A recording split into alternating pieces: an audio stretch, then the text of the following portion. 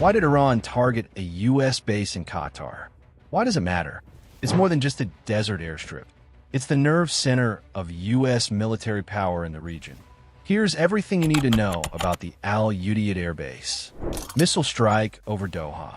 Explosions were heard over Doha after Iran launched 6 missiles at the U.S.-run Udeid Air Base in Qatar.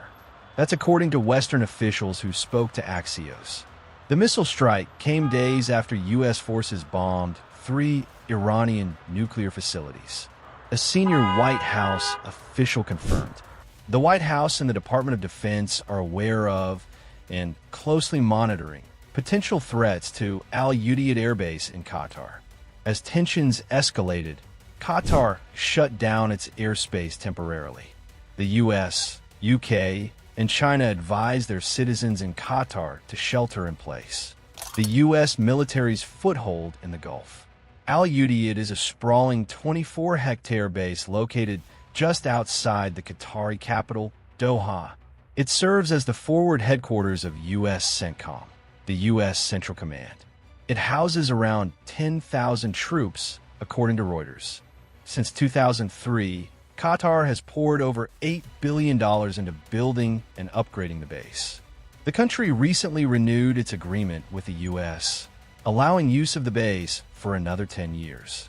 A military power hub, the air base hosts surveillance aircraft, KC-135 refueling tankers, C-17A Globemasters, SH-130H Hercules, and Patriot missile defense systems. It's also equipped with a powerful and TPY-2 X-band radar, crucial for supporting regional missile defense. It's home to the 379th Air Expeditionary Wing. Satellite and flight tracking shows U.S. pullback.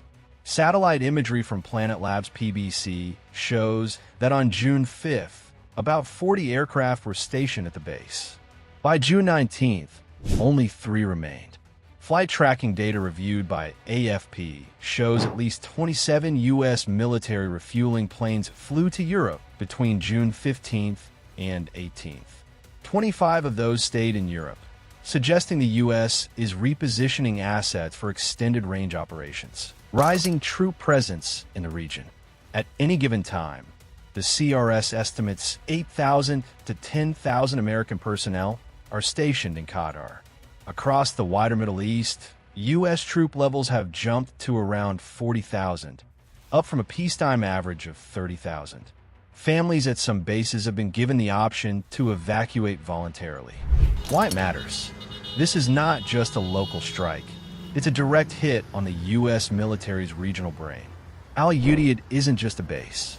It's the launch pad for operations, surveillance, logistics, and decision-making across the Middle East.